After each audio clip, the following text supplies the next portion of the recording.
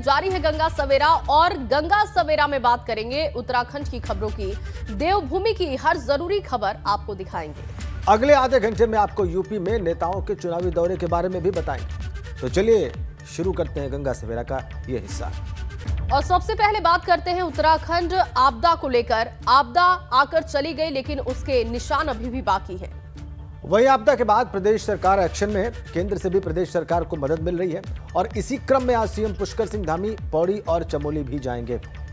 CM Dhami आज पौड़ी और चमोली में आपदा प्रभावित क्षेत्रों का जायजा लेंगे और यही नहीं बल्कि सीएम आपदा से प्रभावित लोगों से भी मुलाकात करेंगे।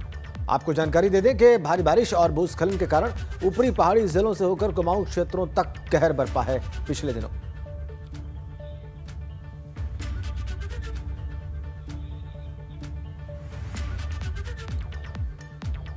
तो आज मुख्यमंत्री आपदा प्रभावित इलाकों के दौरे पर जाने वाले हैं। सीएम कितने बजे अपने दौरे की शुरुआत करेंगे, क्या सीएम का पूरा शेड्यूल रहना है, चलिए आपको बताते हैं। रवि केंतुरा मेरे सहयोगी इस वक्त मौजूद हैं, उनसे जानते हैं। रवि, आज पूरा कार्यक्रम क्या रहने वाला है सीएम का? क्या उनका दौरा रहेगा, कहां कहां वो पहुंचेंगे और क्या आपदा प्रभावित लोगों से भी मुलाकात का कार्यक्रम है? जी बिल्कुल, देखिए मुख्यमंत्री आज आपदा प्रभावित क्षेत्रों में जा रहे हैं और उनका आपदा जो प्रभावित जो लोग हैं उनके साथ उनका मुलाकात होगी। सबसे पहले वो चमोली पहुंचेंगे, करीब 11:15 बजे वो चमोली में पहुंचेंगे और वहां पर अगर चमोली की हम बात करें तो चमोली में अभी भी 2 लोग ऐसे हैं जो लापता हैं, उनके जो परिजन हैं उनके साथ मुख्यमंत्री मुलाकात करेंगे। और इसके साथ ही चमोली जिले की अगर बात करें तो करीब 80 सड़कें वहाँ पर अभी भी बंद चल रही हैं जिनको खोलने का लगातार काम जारी है। तो ऐसे में मुख्यमंत्री वहाँ पर पहुँचेंगे, परिजनों से मुलाकात करेंगे, साथ ही जिस तरीके से रेस्क्यू कार्य जो चल रहा है उसका भी जायजा लेंगे और इसके साथ ही वहाँ के तमाम जो जिला स्तरीय जो अधिकारी हैं उनके साथ भी वो बैठक करेंगे। जिले में कितना नुकसान हुआ है, किस तरीके का आकलन है, उस पूरे आकलन को मुख्यमंत्री लेंगे, जिसके बाद तमाम लोगों को मुआवजा भी दिया जाना है और जो पूरी जो जिले में जो क्षति हुई है उसको किस तरीके से उसकी भरपाई की जाए, इसको लेकर बातचीत होगी। इसके बाद मुख्यमंत्री करीब 12:45 बजे पौड़ी जिले में होंगे और पौड़ी जिले में जाने के बाद मुख्यमंत्री वहाँ पर भी जो है तमाम जगहों पर जो आपदाग्रस्त क्षेत्र हैं वहाँ पर दौरा करेंगे। इसके साथ ही पौड़ी जिले की अगर बात करें तो लैंसडाउन में पहले ही दिन 17-18 तारीख की बात करें तो करीब 3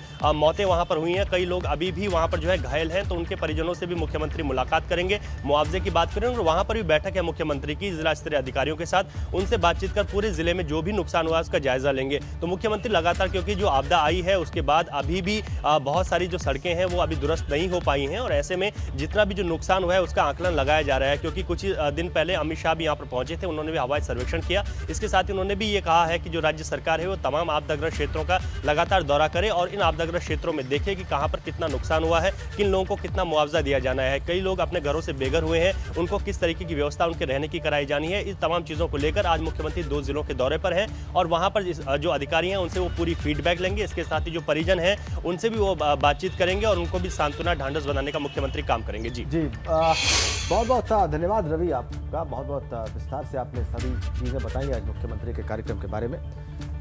और चलिए आगे बढ़ेंगे। एक तरफ सीएम धामी आपदा प्रभावित इलाकों का दौरा कर रहे हैं तो वहीं दूसरी तरफ अब आपदा के मुद्दे को लेकर कांग्रेस भी एक्टिव दिखाई दे रही है। इसी क्रम में आज कांग्रेस की एक 5 सदस्यीय समिति आपदा प्रभावित इलाकों का दौरा करेगी। कांग्रेस के प्रदेश अध्यक्ष गणेश गोदियाल ने इस कमेटी का गठन किया और आज से 3 दिनों के भीतर प्रदेश के आपदाग्रस्त क्षेत्रों का ये कमेटी दौरा करेगी और इस दौरे के बाद सरकार को ज्ञापन भी सौंपने का कार्यक्रम है। आपको ये भी बताएं कि कांग्रेस की इस कमेटी में कांग्रेस प्रदेश अध्यक्ष गणेश गोदियाल, पूर्व मुख्यमंत्री हरीश रावत, पूर्व विधानसभा अध्यक्ष गोविंद सिंह कुंजवाल, उपनेता प्रतिपक्ष करण माहरा और पूर्व विधायक संजीव आर्य भी शामिल हैं। 5 सदस्यीय कमेटी है।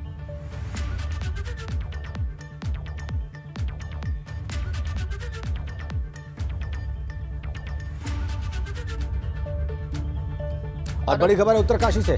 11 सदस्यीय दल के रेस्क्यू का मामला है। 5 लोगों के शवों को रेस्क्यू के बाद बरामद किया गया है। छितकुल की ट्रैकिंग पर गया था ये 11 सदस्यीय दल और एक घायल शख्स को जिला अस्पताल भेजा गया है। बिल्कुल, और इसके अलावा दिल्ली की एक महिला पर्यटक भी इसमें शामिल है। अन्य सदस्यों की खोजबीन अभी भी जारी है। हेलीकॉप्टर की मदद ली जा रही है। 5 लोगों के शवों को रेस्क्यू कर लिया गया है। बड़ी खबर है, छितकुल की ट्रैकिंग पर ये 11 मेंबर्स का ये एक कंटिंजेंट गया हुआ था ट्रैकिंग करने के लिए और वहां से खबर मरने वालों में दिल्ली की एक महिला पर्यटक भी शामिल।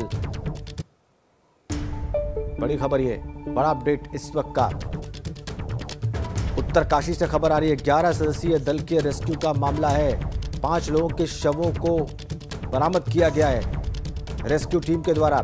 छितकुल की ट्रैकिंग पर यह 11 सदस्यीय दल गया हुआ था।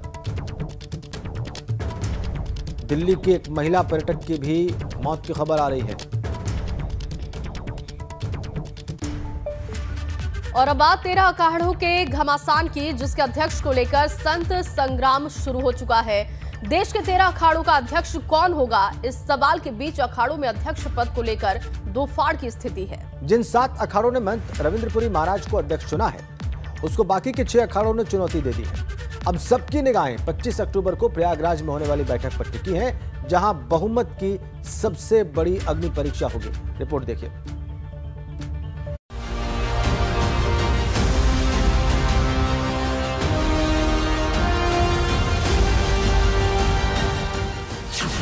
अखाड़ा परिषद में रात, अध्यक्ष पद को लेकर 13 अखाड़ों में दो फाड़।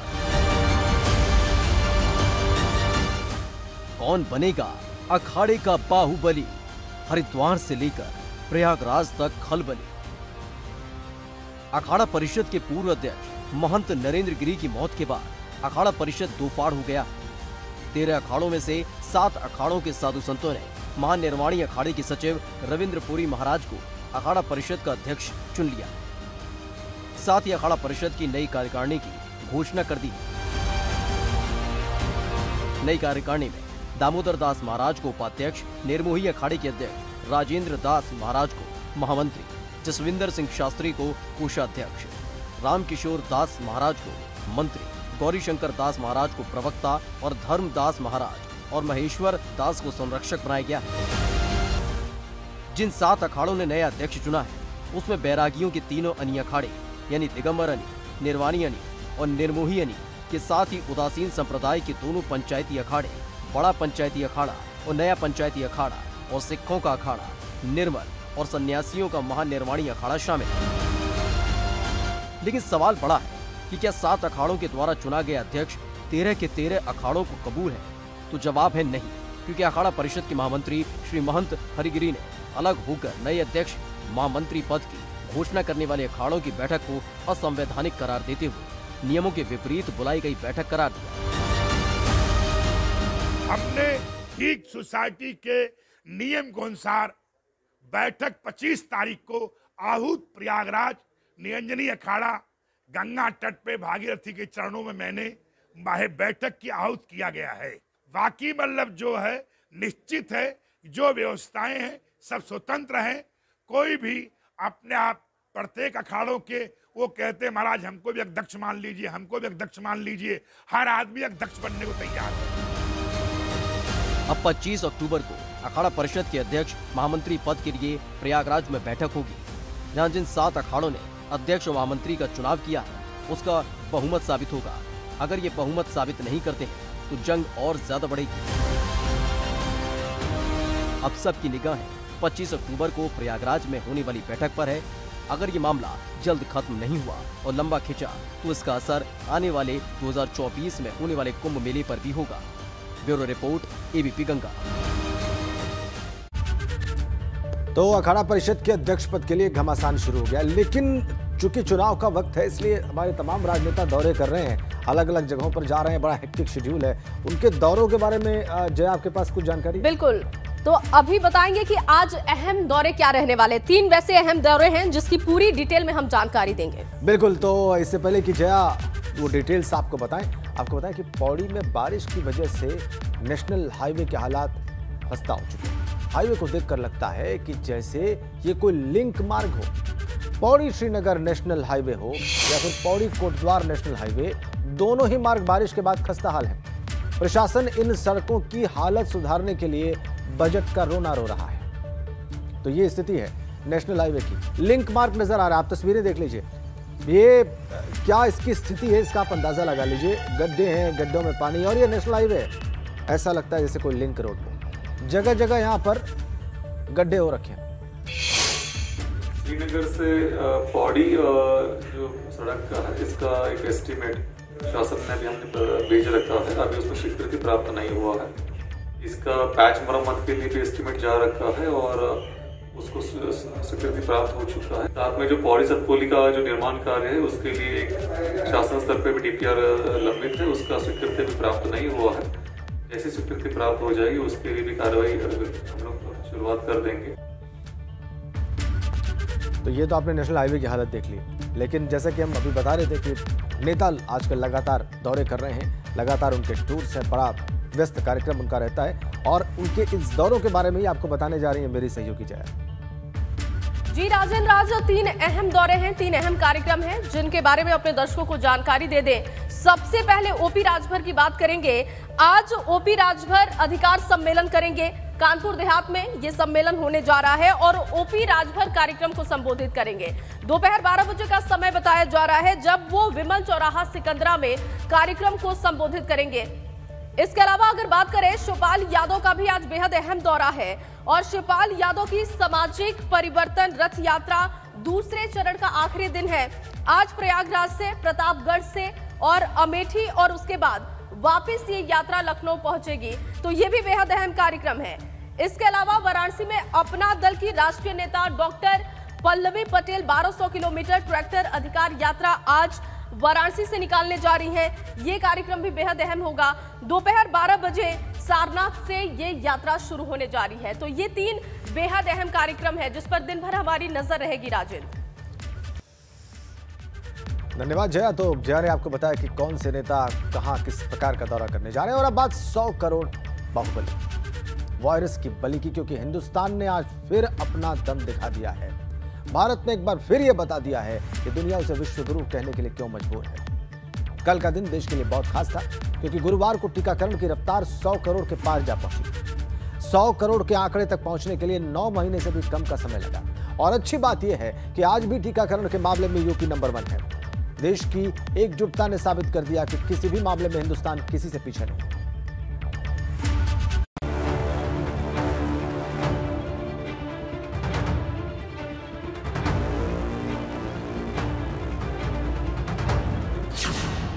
कोरोना वैक्सीनेशन में भारत ने रच दिया इतिहास। कोरोना के खिलाफ सबसे बड़ी टीका क्रांति। देश में कोरोना के खिलाफ 100 करोड़ बाहुबली।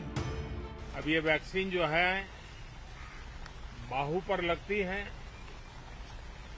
और जब वैक्सीन बाहु पर लगती है तो आप बाहुबली बन जाते हैं। और कोरोना के खिलाफ लड़ने के लिए बाहुबली बनने का एक ही उपाय है कि आपके बाहु पर वैक्सीन लगवा दीजिए। कोरोना से जंग लड़ रहे हिंदुस्तान ने मजबूती का एक नया अध्याय लिख दिया है। ये अध्याय है वैक्सीनेशन का, जिसका आंकड़ा आज 100 करोड़ के पार हो गया। बड़ी बात यह है कि 100 करोड़ वैक्सीनेशन करने में देश को 9 महीने से भी कम का समय लगा। आज 21 अक्टूबर 2021 का ये दिन इतिहास में दर्ज हो गया है। भारत ने अब से कुछ दूर पहले ही 100 करोड़ वैक्सीन डोज का आंकड़ा पार कर लिया है। हिंदुस्तान की इस उपलब्धि पर WHO भी बिना तारीफ किए नहीं रह सका। WHO के डायरेक्टर जनरल ने वैज्ञानिकों, हेल्थ वर्कर्स और यहाँ के लोगों को बधाई दी।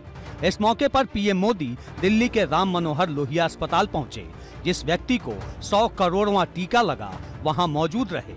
इत्तेफाक ये था कि जिस व्यक्ति को 100 करोड़वां टीका लगा वो पीएम मोदी के संसदीय क्षेत्र और यूपी की धार्मिक नगरी वाराणसी से दिल्ली पहुंचा था।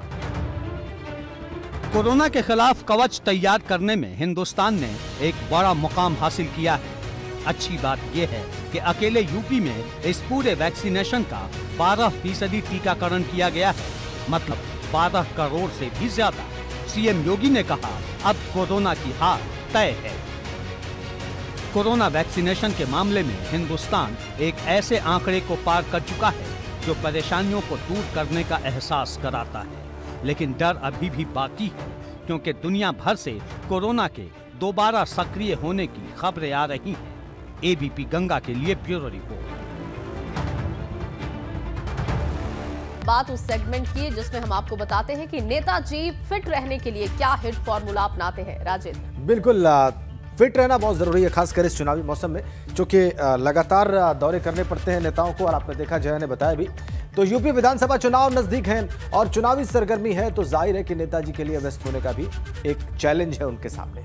और इस चुनौती के लिए नेताजी कितने फिट हैं, जो फिट है वही हिट है। और हम बात करें उन नेताओं की जो खुद को व्यस्त शेड्यूल के बावजूद फिट रखते हैं, लेकिन फिट रखने के लिए वो क्या करते हैं, इस कड़ी में आज हम आपको दिखाएंगे उन्नाव की सदर सीट से भाजपा विधायक पंकज गुप्ता का फिट रहने का फॉर्मूला।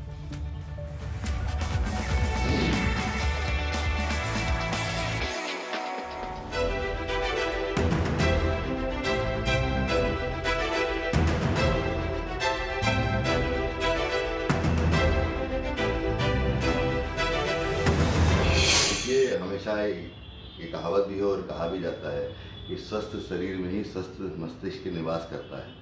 प्रातः उठकर सुबह सुबह व्यायाम करना हम सबके लिए आवश्यक है, और हम भी यही कोशिश करते हैं कि दिन भर में हम लोगों को समय बहुत कम मिल पाता है, जनता के बीच में रहना पड़ता है। इसलिए सबसे पहले सुबह उठकर लगभग 6 साढ़े 6 बजे जिम में आ जाता हूँ, और जिम में विभिन्न प्रकार के हमारे उपकरण यहाँ पर लगे हुए हैं। इनके माध्यम से जो भी एक्सरसाइज कर सकते हैं वो एक्सरसाइज करने का प्रयास करते हैं। प्रत्येक दिन लगभग 1 से 1.5 घंटे जिम में रहकर अपने शरीर को स्वस्थ रखने का प्रयास करता हूँ। उसके बाद फिर दिन में कोई ठिकाना नहीं रहता, कहाँ जाना पड़े, कहाँ आना पड़े, और रात तक के समय नहीं मिलता। तो सुबह सुबह जिम में आने से निश्चित रूप से एक नई ऊर्जा, नई चेतना भी शरीर को मिलती है, और दिन भर काम करने की एक इच्छा शक्ति भी जागृत होती है।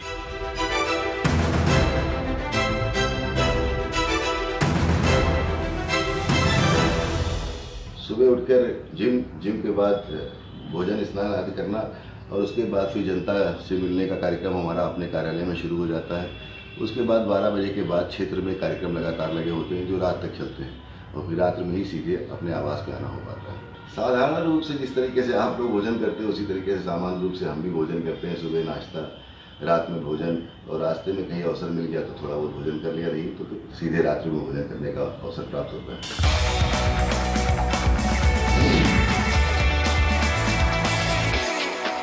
तो देखा आपने पंकज गुप्ता जो उन्नाव सदर सीट से विधायक हैं, वो कैसे फिट रहते हैं और उसके लिए क्या क्या करते हैं।